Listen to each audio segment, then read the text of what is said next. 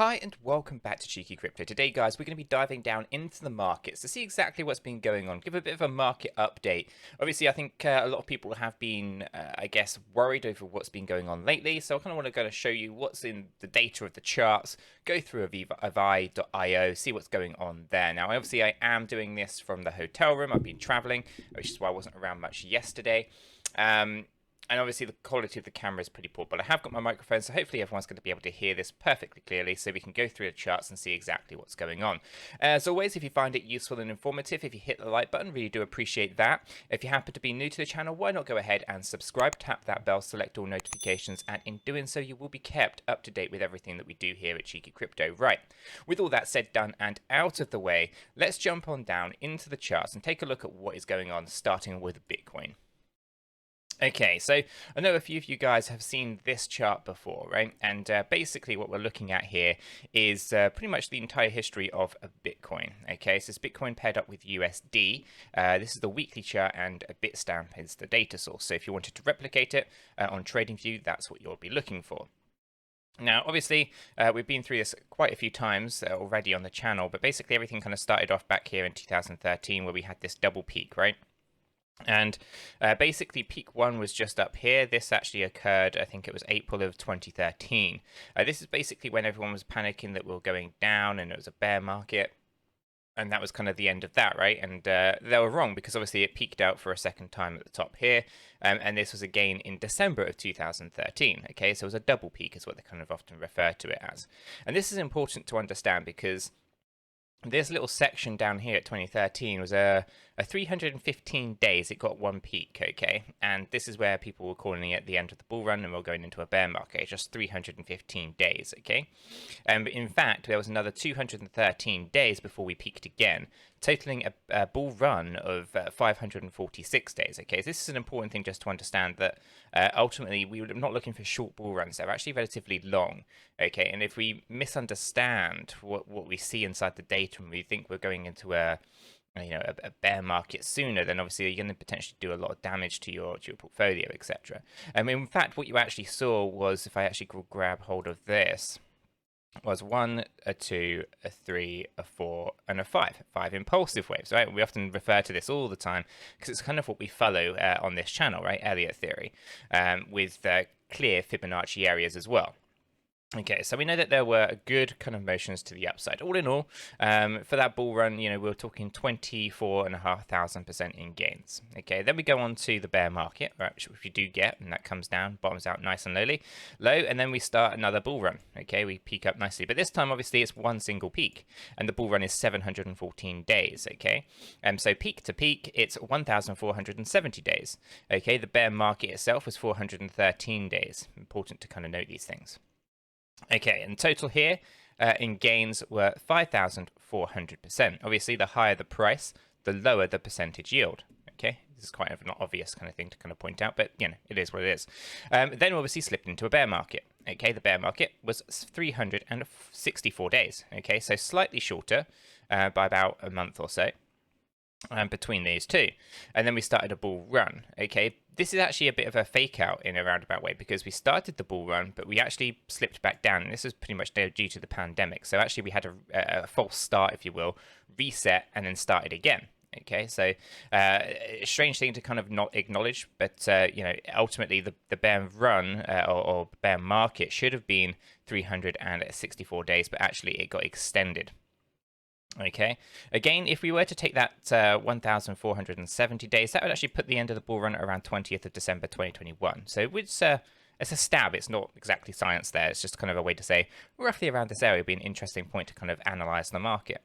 Now, obviously, when the bull run did restart, we got some good traction and we peaked up once, right? And this is before the recent highs, and everyone was calling it a bear market again, similar to what you saw back in 2013. This was actually allowing us to say that it would have been the shortest bull run in history at 266 days for Bitcoin, right? So again, not something that we were acknowledging. We actually were looking at this and saying, actually, this looks more like it is going to be a wave correction, right? An ABC correction rather than a bear market, right? And then obviously we go ahead and we set a new all-time high, but we are still looking to track quite nicely. Okay, so this is basically your time frames. They're quite obvious to see. We've had about 1600% before we had that peak one, okay, and obviously we're still looking to track higher gains. Obviously, they're not going to be as significant as they were previously. That's how Bitcoin works, right? If you were around in the very early days, you're sorted, right? That's a lot of Bitcoin at really discounted rates. Second time round, you're doing okay.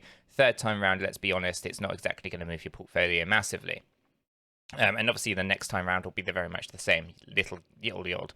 But nonetheless, moving nicely. Now, if we actually go ahead and throw on the Gaussian channel, this is a good indication of where your bull markets are and where your bear markets are. Okay, when it goes red, you're in the bear market, and that's where you want to be buying up. This is the false start that I was talking about earlier as well. So this is where basically March 2020, this is actually the point where most altcoins were triggered. And obviously we're staying above the Gaussian channel in the same way that we stayed above the Gaussian channel over here, and we stayed above the Gaussian channel here. Now, don't get me wrong, we tested it heavily, right? And basically really testing to see whether or not we're going to pull through. Right now, we're well above that Gaussian channel. There's nothing to kind of worry about in terms of where Bitcoin is on this bull run.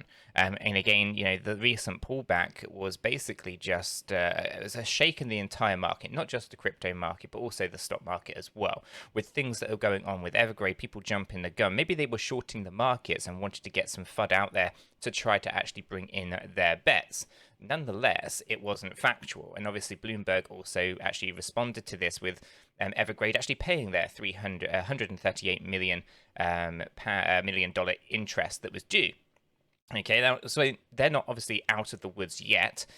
They've got a lot of debt, obviously, right? And I think they're just too big to actually see them go under one way or another. I mean, it would completely collapse so many markets. It would be very, very foolish to allow it to happen. And this comes to the problem of you're too big to fail, right? So I think that's going to be fine, but obviously it is going to cause a lot of fear in the space, and obviously as a result of that, you're going to start to see some markets become more volatile, which is what you've seen so far. But am I concerned? No. Okay, and that's because I understand the bigger picture. I don't really react to those micro movements so much on the daily, the hourly charts, right? They're a good indication of where we might want to accumulate, or based on some pretty good logic, what's likely and probable to happen. But the bigger picture, right, the weekly charts, that's where you're really starting to see the structure of things. Okay, so that's Bitcoin, right? And this is just Bitcoin to the USD. Now, I do have another Bitcoin chart here. This is one that's actually tracking our 5 impulsive moves. And we can see this is actually looking really good and really nice and neat on our weekly chart, right? Okay, so we actually take wave 1 when the bull run started, the pullback that we had, which is when basically we had that pandemic and lockdowns and in March 2020. Okay, that pulled the markets down, not just crypto, but also the stock market. That was wave 2. Okay, in fact, that was much steeper than we were expecting it to, because it had external factors that were contributing to it. Then we went up in with wave 3, right? Really strong wave 3 to the upside. And we pulled back in wave 4. This is what people were calling the bear market, probably because they were counting the waves wrong, or just weren't counting at all. I don't know. But anyway, nonetheless, that was where the bear market apparently came in, but it was a fourth wave correction that we kind of acknowledge. And look, we're tracking this fifth wave nicely, right? There's nothing here that's concerning. And obviously, when you follow impulsive moves, you know that they're full of 5 impulsive waves in themselves, right? So, you can go down into wave, into wave, into wave if you want, and go into all the different timelines, but there's nothing unusual about what is happening right now. This is pretty much exactly as you would expect it to be on the journey to the upside. Now, I put this fifth wave about 187K for Bitcoin. Again, that could happen. It could not happen. We'll have to see how things kind of play out. But we haven't seen that absolutely parabolic kind of move just yet. I think that's going to come once we push past 70 or even 80K. Okay, once we get into 100K, I think it's going to go absolutely crazy, just with the amount of people that would be getting involved. The FOMO from retail investors would just be off the chart.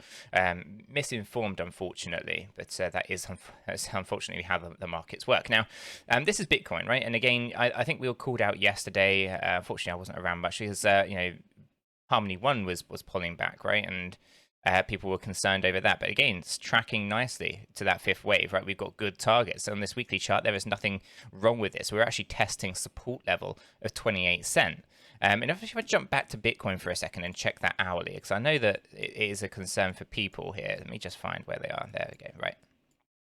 We're tracking this ABC move, right? So obviously this is a steeper A than you would expect, but this is just due to the fact that we've kind of experienced a significant piece of FUD, right, that pulled that down. So I don't expect C to pull down lower than here, but there is the possibility that we do, well, was the possibility. I'm not sure if it will happen. If it does, it does.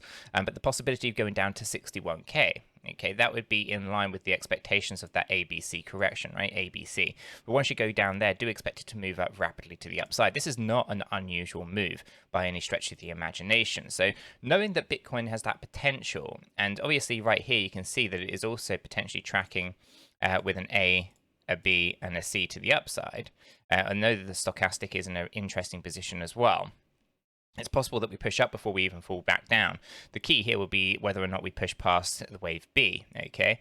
But for me right now, I think that, we should acknowledge that there's a possibility for Bitcoin to go down to 61k before it gets that reversal to the upside. And what we're really looking for is an impulsive move. Now, obviously, as we were called out with Harmony 1, let's take a look at what's going on with Harmony 1. Now, obviously, we had a little bit of analysis on this already. Let me see if I can make this a little bit clearer for you guys. I'm on my laptop, which is unusual, so it's hard to get everything in view on this little screen, but here we had the ABC, right? And we were not expecting B to pull down this low. In fact, it actually went down lower than where we were previously. So this actually invalidates this ABC, which means actually we're not looking at it at the right time frame. Now, we have entered a trade on this one. We got in at 27.5 cents, I think it was, within my buy zone just here, 27.5, right? Now, we are still in this area. We are overbought, so do expect this to pull back down. And, what we're looking for is to see whether or not, we are going to pull back significantly. So where are we going to fall back to? If Bitcoin does go down to 61k, where does Harmony 1 fall down to, for example? Okay, so if this is actually, in fact, going in that direction and is not impulsive, because at one point this was looking interesting. It was like, okay, we dropped back, could we see an impulsive move to the upside? But in fact, I think, it was the possibility that we actually start to come back down towards some lower levels. Now, where would that actually be? So for Harmony 1 here, the first thing that we need to do is acknowledge, where we are potentially going to be retracing to. So we didn't get as high as we were expecting. We actually found the resistance at 28 cents. Okay, and getting the reversal from there.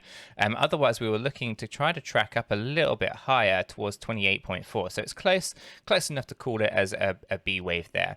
Okay, but then what we want to do is basically take this and go ahead and place this on that area of resistance. Let me find that about there. It's going to be about there, okay? Meaning that the C wave could see us come down to the area of 22.4, okay? So if that plays out, if Bitcoin does go down to 61 and it follows that ABC, the entire market will most likely follow an ABC correction move, taking us down into that kind of area of 22.4 before getting the reversal and the push to the upside. Now, for me, I think, that's perfectly fine because these are micro movements on a smaller time frame. The last thing we want to do is act emotionally about the market as a whole. So if I jump back to that weekly, we have good structure on our weekly chart, right? And we're tracking quite nicely towards that 96.5 cents that Harmony 1 has been projected out. And this is a trend-based fib, right? It's basically looking at the downtrend of wave 2, the uptrend of wave 3, and the downtrend of wave 4. All of those three trends taken into consideration, and then seeing where the fifth wave is likely to go. Okay, and so for me, those micro movements on those smaller time frames, they don't affect me, emotionally. I don't act emotionally. I see them, and we kind of just progress on through. Now, for the market overall, things are going to start heating up. They are going to get interesting. As soon as we get through a couple of thresholds, we're going to start seeing a lot of FOMO. And as I said and indicated at the beginning of this video, we are looking at Bitcoin potentially peaking out in December, late December, right? And that, again, that's in line with the history. Now, it's not necessarily going to be exactly the 20th of December, like the charts are indicating. If I actually bring up Bitcoin to the USD, let's just bring that up again. What was the date? Yeah, 20th. So because that's just based on the standard kind of moves within the bull runs, there's no guarantee that it's exactly going to be 1,470 days. It might be a little bit beforehand. It might be a little bit after that particular date in frame, right? But obviously, when we take a look at the history, we have December for 2017. We also have December for 2013. It seems to be an area in time where the bull runs tend to peak. That only gives us a very short window now for Bitcoin to actually go ahead and go parabolic and peak. Of course, with the fact that we had this major pullback in March, could actually delay things into the new year. Okay, but we will be watching that quite closely to see exactly what is going on. Now, we obviously had Matt from 𝗖𝗢𝗠𝗪 on the channel the other day, and he was also talking about, Ethereum looking to peak out at about $5,000. Okay, so people's expectations are vastly different depending on where you go, what influencer you want to listen to. Maybe your own charts are indicating something different. Okay, so it's important that we, do take everything with a bit of pinch of salt and acknowledge that I'm not a financial advisor. Chris is not a financial advisor. Matt, although has been a professional trader, is now the CEO of a ratings platform, advice.The. He has 18 years experience as a trader. He's not offering you financial advice either, nor is advice.io offering you financial indicators to do buying and selling and things like that. What it is doing, or we're all trying to do really, is give you as much information as possible to make informed decisions about your portfolios. Okay, so that you can try to come to your own conclusions and do your own research, dig in deeper. Right, so on advice.io here, for example, we're able to actually take a look at what's going on. Right, Bitcoin has pulled down a rating from A3 to B1. Polkadot from B1 to B2, B2 to B3 for Luna, for example. Now, a lot of these are down, but the market in overall is still an upward trend. Take VeChain, for example, moved from A3 to A2. I think Phantom also moved up, if I can find it. Phantom from B1 to A3, right? The actual market indicator is still bullish. It's still moving up, okay? But some of these altcoins and, of course, Bitcoin, they're in correction statuses right now. They are looking to just pull back. People are taking profit, and retail investors are getting shaken out just because there's so much fear in the space. But overall, everything is actually looking pretty good. And the weekly chart is where you want to be focused if you're ever confused or concerned over what is going on.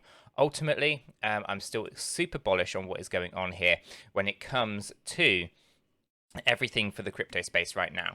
I'm not concerned, and guys, I'm going to leave that video there. Hopefully you have found it useful and informative. If you have, hit the like button. I really do appreciate that. If you happen to be new to the channel, then do go ahead and subscribe. Tap that bell, select all notifications, and in doing so, you will be kept up to date with absolutely everything that we do here at Cheeky Crypto.